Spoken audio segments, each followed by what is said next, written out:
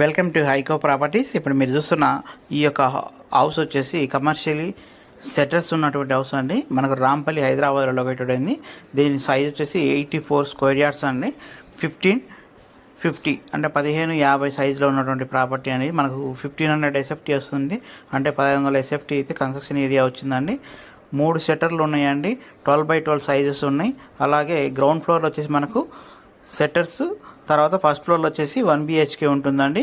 మనకు షట్టర్లు ఉన్న సైడ్ వచ్చేసి 40 ఫీట్ రోడ్ ఉంటుంది.